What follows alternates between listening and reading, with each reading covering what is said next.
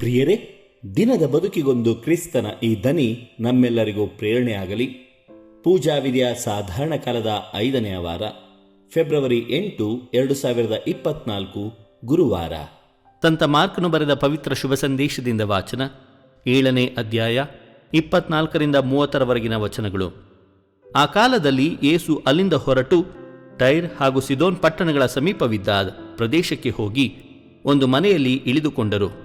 ತಾವು ಜನರ ಕಣ್ಣಿಗೆ ಬೀಳಬಾರದೆಂದು ಅವರ ಇಚ್ಛೆಯಾಗಿದ್ದರೂ ಅದು ಸಾಧ್ಯವಾಗಲಿಲ್ಲ.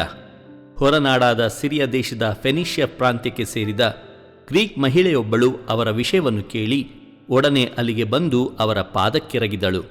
ಆಕೆಯ ಚಿಕ್ಕ ಮಗಳಿಗೆ ದೆವ್ವ ಹಿಡಿದಿತ್ತು. ತನ್ನ ಮಗಳಿಂದ ಪಿಶಾಚಿಯನ್ನು ಹೊರಗಟ್ಟಬೇಕೆಂದು ಆಕೆ ಯೇಸುವನ್ನು ಬೇಡಿಕೊಂಡಳು.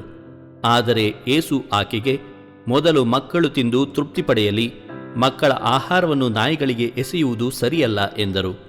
ಅದಕ್ಕೆ ಆಕೆ, ಅದು ನಿಜ ಪ್ರಭು, ಆದರೂ ಮಕ್ಕಳು ತಿಂದು ಬಿಟ್ಟ ಚೂರು ಪಾರುಗಳನ್ನು ಮೇಜಿನ ಕೆಳಗಿರುವ ನಾಯಿಗಳು ತಿನ್ನುತ್ತವಲ್ಲವೇ ಎಂದಳು.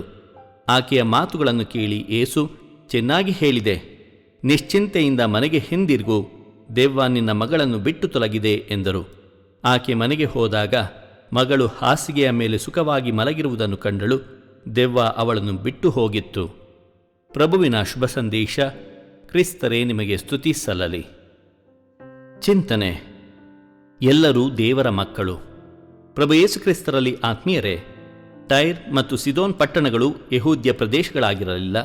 ಹಾಗಾಗಿ ಅಲ್ಲಿ ಅನ್ಯ ಧರ್ಮದ ಜನರು ವಾಸಿಸುತ್ತಿದ್ದರು. ಫೆನಿಷ್ಯದ ಮಹಿಳೆ ಯೇಸುವಿನ ಆಗಮನ ತಿಳಿದೊಡನೆ ಅಲ್ಲಿ ಬಂದು ಯೇಸುವಿನ ಪಾದಕ್ಕೆರಗಿ ತನ್ನ ಮಗಳಿಂದ ದೆವ್ವ ಹೊರಗಟ್ಟಲು ಬೇಡಿದಳು. ಈ ಮಹಿಳೆ ಯೇಸುವಿನ ಅದ್ಭುತ ಶಕ್ತಿ ತಿಳಿದು ಬಂದಿರಬೇಕು. ಯೇಸು ಆಕೆಯ ವಿಶ್ವಾಸ ಪರೀಕ್ಷಿಸುವ ಸಲುವಾಗಿ ಆಕೆಯೊಂದಿಗೆ ಕಠೋರವಾಗಿ ಮಾತನಾಡುತ್ತಾರೆ. ಆಕೆಯ ವಿಶ್ವಾಸದ ಆಳವನ್ನು ಅರಿತು ಆಕೆಯ ಮಗಳನ್ನು ಗುಣಪಡಿಸುತ್ತಾರೆ.